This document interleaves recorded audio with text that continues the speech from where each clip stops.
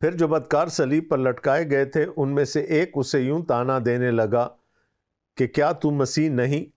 تو اپنے آپ کو اور ہم کو بچا۔ مگر دوسرے نے اسے جھڑک کر جواب دیا کہ کیا تو خدا سے بھی نہیں ڈرتا، حالانکہ اسی سزا میں گرفتار ہے؟ اور ہماری سزا تو واجبی ہے کیونکہ اپنے کاموں کا بدلہ پا رہے ہیں، لیکن اس نے کوئی بے جا کام نہیں کیا۔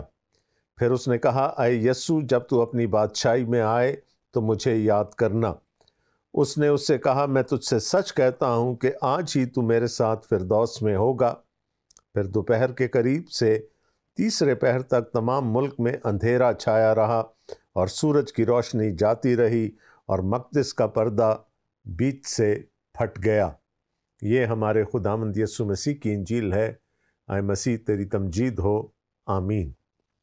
دوستو، یہ سارا بیان پڑھتے ہوئے جس ایک بات پر مجھے حیرت ہوتی ہے وہ یہ ہے کہ سب کچھ اتنی جلدی ہو رہا ہے۔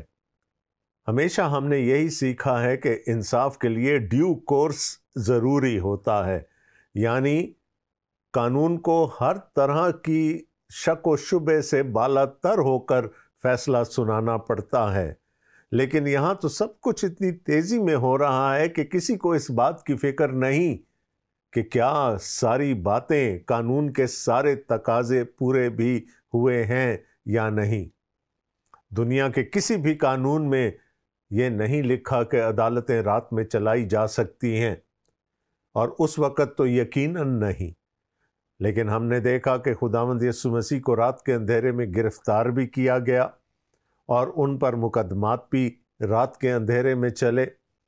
جو دن میں چلنے والے مقدمات تھے ان میں بھی خداوند یسوع مسیح نے اگرچہ کہ کوئی جواب نہیں دیا، لیکن مکمل طور سے تحقیقات نہیں ہو سکی، اور جو ایک شخص اس نتیجے پر پہنچا کہ یہ شخص بے گناہ ہے، اس نے بھی لوگوں کے پریشر اور ان کے دباؤ کو محسوس کرتے ہوئے یسوع کو صلیب دینے کے لیے دے دیا۔ اور یہاں لکھا، اور جب اس کو لیے جاتے تھے تو انہوں نے شمعون نام ایک کرینی کو جو دیہات سے آتا تھا پکڑ کر صلیب اس پر رکھ دی کہ یسوع کے پیچھے پیچھے لے چلے۔ اب یسوع کو پٹوایا گیا ہے، اور رومی کوڑا جس کو فلیجلم کہتے تھے وہ بہت ہی مشہور تھا۔ اس کا دستہ لکڑی کا ہوتا تھا، لیکن اس کے آگے چمڑا لگا ہوا ہوتا تھا، اور جہاں چمڑا ایک دوسرے کے ساتھ باندھا جاتا تھا وہاں سوکھی ہوئی ہڈیوں کے ٹکڑے اور دھات کے ٹکڑے لگا دیے جاتے تھے تاکہ جب وہ کوڑا کسی کے جسم پر پڑے تو وہ گڑ جائے اس کے گوشت میں، اور جب اسے کھینچا جائے تو کھال اور گوشت اکھڑ جائے۔ یسوع رات سے شاید بھوکے پیاسے ہیں۔ فسح کے بعد ہمیں کوئی ایسا موقع نظر نہیں آتا جب ان کو کھانے پینے کے لیے کچھ دیا گیا ہو۔ اس کے علاوہ وہ کوڑے کھا چکے ہیں، ان کے بدن سے خون رستا رہا ہے، اور اب ان کو وہ فاصلہ اپنی صلیب اٹھا کر طے کرنا ہے جو کہ ان کو اس مقام تک یعنی کوہ کلوری تک لے کر جائے گا جہاں پر ان کو مصلوب کیا جانا تھا۔ رومی قانون کے مطابق جن کو صلیب کی سزا ہوتی تھی ان کو اپنی صلیب خود اٹھا کر چلنا پڑتا تھا، لیکن شاید نکاحت کے مارے خداوند یسوع مسیح ایسا نہ کر سکے، اور رومی سپاہیوں نے راہ چلتے ایک شخص کو جسے لوکا شمعون کرینی کے نام سے ہم سے متعارف کراتے ہیں پکڑا، اور بیگار میں خداوند یسوع مسیح کی صلیب اس پر لاد دی تاکہ وہ اس کو اس مقام تک لے کر جا سکے۔ شمعون کے بارے میں ہم بہت زیادہ نہیں جانتے۔ یہاں لکھا ہے کہ وہ دیہات کا رہنے والا تھا، وہ کرینی تھا، یعنی کریت کے علاقے سے اس کا تعلق تھا۔ لیکن ہمیں اتنا معلوم ہے کہ یہ سب کچھ دیکھنے کے بعد وہ خداوند یسوع مسیح پر ایمان لے آیا، کیونکہ رومیوں کے خط میں پولس رسول دو اشخاص کو سلام بھیجتے ہیں، دو بھائیوں کو سلام بھیجتے ہیں، جن کے نام سکندر اور روفس بتائے گئے ہیں، اور ان کی پہچان یہ ہے کہ یہ اسی شمعون کے بیٹے تھے جس نے خداوند یسوع مسیح کی صلیب اٹھائی تھی۔ یعنی شمعون قرینی اور اس کا خاندان اس کے صلیب اٹھانے کی وجہ سے اور یہ سارا منظر دیکھ لینے کی وجہ سے وہ ایمان لے آئے اور پھر خداوند یسوع مسیح میں قائم رہے۔ بہرحال وہ کچھ فاصلہ شمعون قرینی نے خداوند یسوع مسیح کی صلیب اٹھائی، اور لکھا ہے کہ ایک بڑی بھیڑ، یسوع کہیں بھی بھیڑ کے بغیر نہیں جا سکتے تھے، اور یہاں تو لوگ دیکھنے آئے ہیں کہ یہ جو اتنے معجزات کرتا تھا، یہ جو مردوں کو زندہ کرتا تھا، یہ جو کوڑیوں کو شفا دیتا تھا، یہ جو لنگڑوں کو چلا دیتا تھا، کیا یہ اپنے آپ کو بچا بھی سکتا ہے یا نہیں؟ اور لکھا ہے کہ اس بھیڑ میں بہت سی عورتیں تھیں جو اس کے واسطے روتی پیٹتی ہوئی اس کے پیچھے پیچھے چلی آتی تھیں۔ اب کمال یہ دیکھیں اپنے مسیحا کا کہ یہ سب کچھ ہو جانے کے بعد بھی وہ مکمل ہوش و حواس میں ہے، کیونکہ جب اس نے ان عورتوں کو روتے پیٹتے ہوئے دیکھا تو ان سے کہا، اے یروشلم کی بیٹیوں، میرے لیے نہ رو بلکہ اپنے اور اپنے بچوں کے لیے رو۔ خداوند یسوع مسیح نے کہا، میرے ساتھ تو جو ہونے جا رہا ہے وہ ہوگا، وہ تو لکھا جا چکا ہے، لیکن جس شہر نے خدا کے بیٹے کو رد کر دیا، جس شہر نے خداوند یسوع مسیح پر الزام لگا کر اس کو موت کی سزا دلوائی، یہ شہر بھی نہیں بچ پائے گا۔ سو خداوند یسوع مسیح ان سے مخاطب ہیں کہ پھر میرے لیے نہ رو بلکہ اپنے بچوں کے لیے رو، کیونکہ تم پر نہایت ہی سخت وقت آنے والا ہے۔ کیونکہ دیکھو وہ دن آتے ہیں جن میں کہیں گے، مبارک ہیں بانجھیں اور وہ رحم جو بارور نہ ہوئے اور وہ چھاتیاں جنہوں نے دودھ نہ پلایا۔ اس وقت وہ پہاڑوں سے کہنا شروع کریں گے کہ ہم پر گر پڑو، اور ٹیلوں سے کہ ہمیں چھپا لو، کیونکہ جب ہرے درخت کے ساتھ ایسا کرتے ہیں تو سوکھے کے ساتھ کیا کچھ نہ کیا جائے گا۔ خداوند یسوع مسیح کا غالباً اشارہ 70 عیسوی میں ہونے والے سقوط یروشلم کی طرف تھا، اور ہم سب جانتے ہیں کہ تقریباً 66 عیسوی سے لے کر 70 عیسوی تک ایک رومی جنرل جس کا نام ٹائٹس تھا، یعنی تیتوس تھا، اس نے اپنی فوج سمیت یروشلم کا محاصرہ کر لیا، اور یہ محاصرہ اتنا کڑا تھا کہ اس نے شہر کی طرف جانے والے ہر رستے کو بند کر دیا۔ کسی قسم کی کوئی کمک، کوئی رسد شہر میں نہیں جا سکتی تھی، اور مورخین یہاں تک بتاتے ہیں کہ لوگوں نے اپنے بچوں تک کو ذبح کر کے کھایا۔ جو کچھ خداوند یسوع مسیح نے اپنے پیچھے آتی ہوئی ان عورتوں کو جو کہ اس کے لیے رو رہی تھی کہا، وہ سب کچھ اسی طرح سے ہوا۔ لیکن خداوند یسوع مسیح کا شاید اشارہ آخرت کی طرف بھی تھا کہ جب کوئی خدا کے بیٹے کو رد کر دے، خدا کے مکاشفہ کو رد کر دے، تو پھر اس کے لیے کوئی پناہ گاہ نہیں ہوگی۔ خداوند یسوع مسیح نے کہا، اس وقت وہ پہاڑوں سے کہنا شروع کریں گے کہ ہم پر گر پڑو، اور ٹیلوں سے کہ ہمیں چھپا لو۔ اور ایسا ہی ہوا بھی اور ہوگا بھی، کیونکہ جب ہرے درخت کے ساتھ ایسا کرتے ہیں تو سوکھے کے ساتھ کیا کچھ نہ کیا جائے گا۔ وہ جو خدا کے بیٹے کو رد کرتے ہیں، وہ جو خدا کے حتمی اور کامل اور مکمل مکاشفہ کو رد کرتے ہیں، ان کے لیے پھر چھپنے کی کوئی جگہ نہ ہوگی۔ اور یہاں پر پھر لوکا ہمیں بتاتے ہیں کہ خداوند یسوع مسیح کو اکیلے صلیب دینے کے لیے نہیں لے جایا جا رہا تھا، بلکہ 2 اور آدمیوں کو بھی جو بدکار تھے لیے جاتے تھے کہ اس کے ساتھ قتل کیے جائیں۔ لیکن صلیب کی سزا صرف اور صرف ریاست کے باغیوں کو دی جاتی تھی۔ وہ جن پر بغاوت کا جرم ثابت ہو جاتا تھا ان کو یہ سزا دی جاتی تھی۔ ہمارے ترجموں میں اکثر بدکار اور گناہگار کا لفظ آتا ہے، لیکن یہ اشخاص سب حکومت وقت کے باغی تھے۔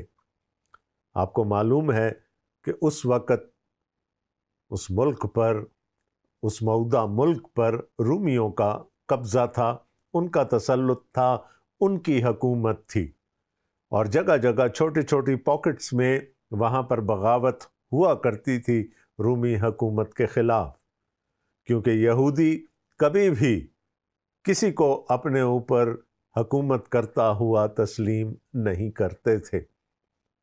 لہٰذا یہ 2 شخص بھی جن کی شناخت ہم سے نہیں کروائی گئی، لیکن صرف اتنا بتا دیا گیا کہ وہ رومی حکومت کے باغی تھے، ان کو بھی خداوند یسوع مسیح کے ساتھ صلیب دینے کے لیے لے جایا گیا۔ ہاں، شمعون کرینی کے بارے میں لوکا نے ہمیں ضرور بتا دیا، اور شمعون کا ذکر اس کے بیٹوں کے وسیلہ سے، جیسا کہ میں نے آپ سے پہلے کہا، رومیوں کے خط میں بھی ہمیں ملتا ہے۔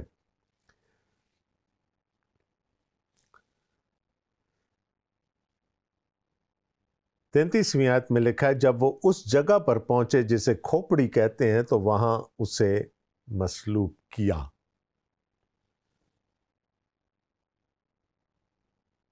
وہ جگہ جس کا نام گلگتہ بھی بتایا جاتا ہے، اس کو اسکل یا کھوپڑی کی جگہ بھی کہا جاتا تھا۔ وہ زمین سے تھوڑی ہی اونچی پہاڑی تھی، لیکن اس کو دیکھنے سے ایسا لگتا تھا کہ کوئی انسانی کھوپڑی ہے، اس لیے اس جگہ کا نام ہی کھوپڑی پڑ گیا، اور خداوند یسوع مسیح کو وہاں لے جایا گیا تاکہ ان کو وہاں مصلوب کیا جا سکے۔ اور یاد رہے، یہ سب کچھ موریا کی پہاڑیوں پر ہو رہا ہے، جس کو ٹیمپل ماؤنٹ کہا جاتا تھا یا کہا جاتا ہے، وہ موریا کی پہاڑیوں پر تھا۔ اور موریا کی پہاڑیوں پر ایک اور عظیم الشان واقعہ ہوا تھا۔ جب ہم پیدائش کی کتاب اور اس کا 22واں باب پڑھتے ہیں تو وہاں ہمیں پتہ چلتا ہے کہ موریا ہی کی پہاڑیوں پر ابراہیم اپنے بیٹے اسحاق کو قربان کرنے کے لیے لے گیا تھا، اور وہیں پر خدا نے اپنی پروردگاری دکھاتے ہوئے ایک مینڈا عطا کر دیا تھا اور بیٹے کو بچا لیا۔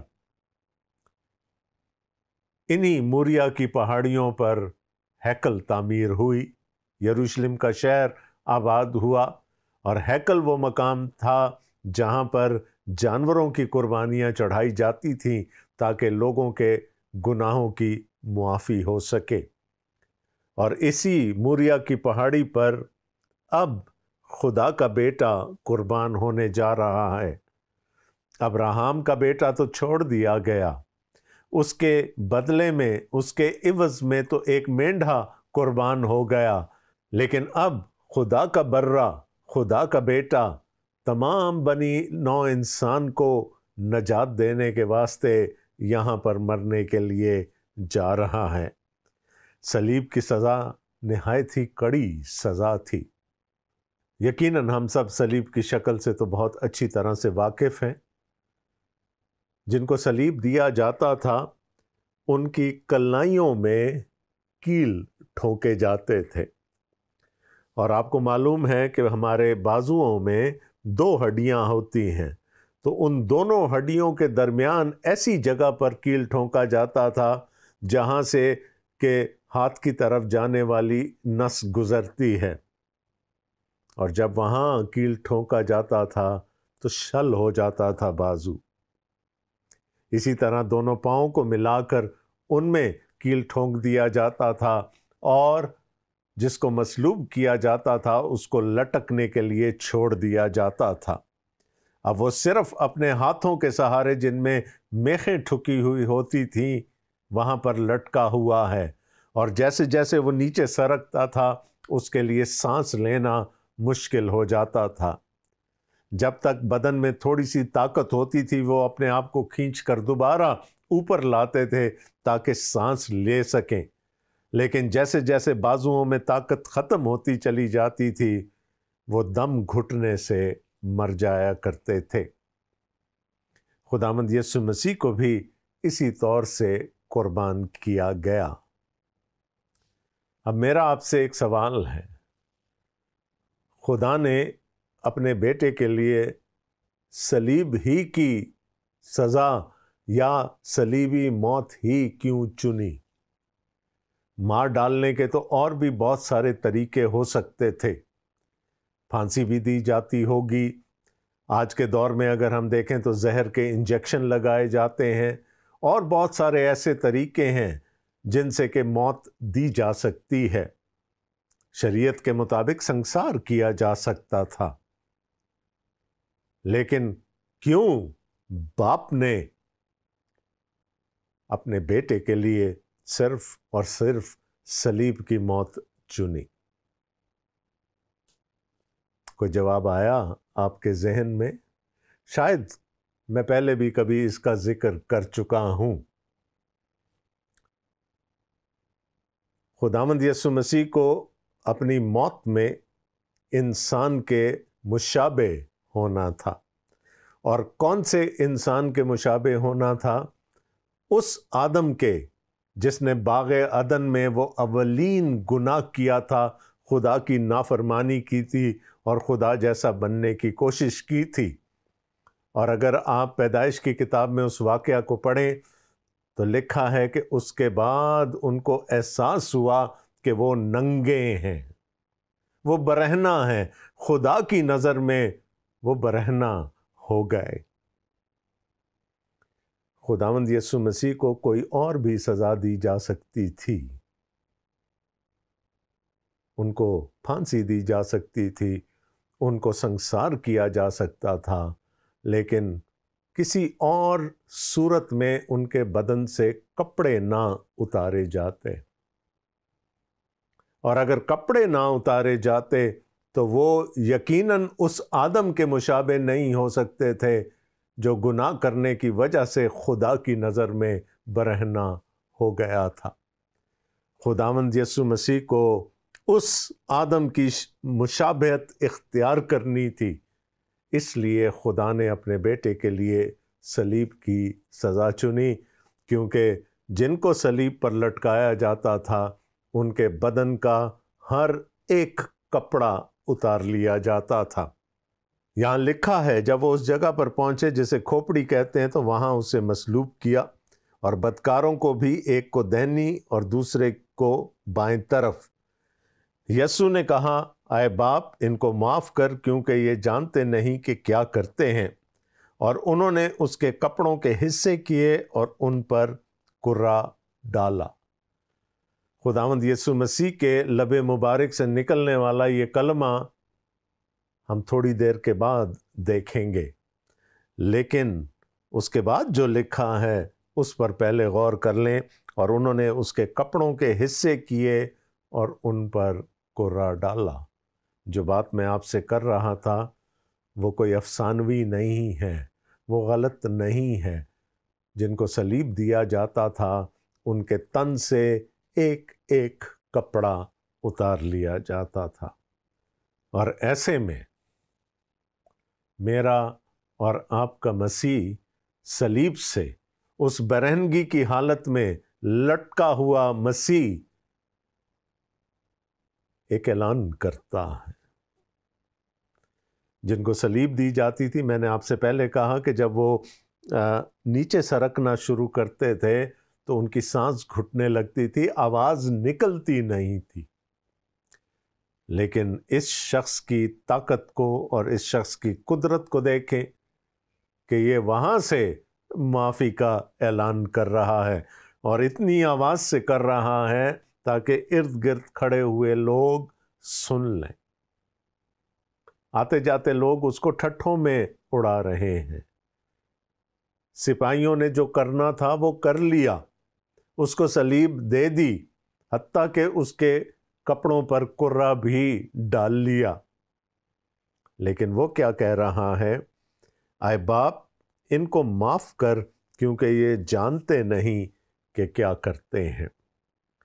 خداوند یسوع مسیح نے صلیب سے 7 کلمات صادر فرمائے تھے، جن کو ہم اکثر مبارک جمعے کے دن یاد کرتے ہیں، ان پر غور کرتے ہیں۔ یہ ان کلموں میں سے پہلا کلمہ کہلاتا ہے، کلمہ معافی۔ خداوند یسوع مسیح نے معافی کا اعلان کر دیا، لیکن بہت سارے لوگ اس کو عالمگیر معافی کے معنی دے دیتے ہیں کہ اس نے صلیب سے، چونکہ وہ سب کے گناہوں کا فدیہ دے رہا تھا، اس نے صلیب پر سے سب کو معاف کر دیا۔ لیکن ہمیں اس کلمہ کو غور سے پڑھنے کی ضرورت ہے۔ لکھا ہے، یسوع نے کہا، اے باپ، ان کو معاف کر، کیونکہ یہ جانتے نہیں کہ کیا کرتے ہیں۔ تو کیا یہ معافی ان کے لیے بھی تھی جو جانتے بوجھتے ہوئے یسوع کو اس مقام تک لائے کہ اسے صلیب دیا جا سکے؟ کون جانتا تھا؟ سردار کاہن، فقی، فریسی، وہ سب جنہوں نے اسے واجب القتل قرار دیا تھا، وہ جانتے تھے کہ یہ کون ہے۔ ان کے پاس کتاب موجود تھی، ان کے پاس شریعت موجود تھی، ان کے پاس نبی موجود تھے جنہوں نے بتا دیا تھا کہ خدا کا مسیح کون ہوگا اور کیسا ہوگا۔ لیکن جانتے بوجھتے ہوئے انہوں نے مسیح کو رد کر دیا۔ تو جو جانتے بوجھتے ہوئے خدا کے مکاشفہ کو رد کرتا ہے، اس کے لیے کوئی معافی نہیں ہے۔ دوستو، پروگرام کا وقت اب اختتام کی طرف بڑھ رہا ہے۔ کہانی تو نہایت دلچسپ ہے، اور جس طرح سے انفولڈ ہو رہی ہے کہ یہ کہانی، اس میں اور بھی دلچسپیاں ہیں، لیکن اس کے لیے آپ کو اگلے پروگرام تک کا انتظار کرنا پڑے گا۔ تو اگلے پروگرام تک کے لیے اپنے میزبان ڈاکٹر آصف جان کو اجازت دیجیے۔ خدا حافظ۔